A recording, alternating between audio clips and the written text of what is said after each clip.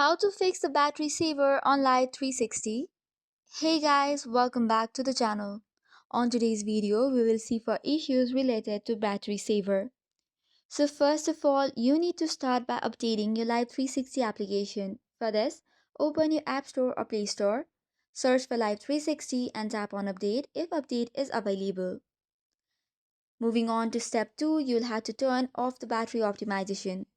For this, if you launch the Life360 application and log in, you should probably get a pop-up which says turn off the battery optimization for location sharing.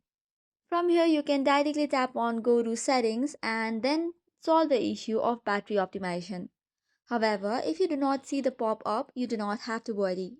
You can get through the steps by long pressing the Life360 application icon, going to its app info, and then tapping on battery. It will land you to the same page. Now from manage battery usage, you'll have to select on unrestricted. Alternatively, you can also set it to optimize or restricted based on your preferences. Optimize balances the battery usage while restricted limits the battery usage. However, the app requires you to use unrestricted, which will allow the app to use battery in the background without restrictions.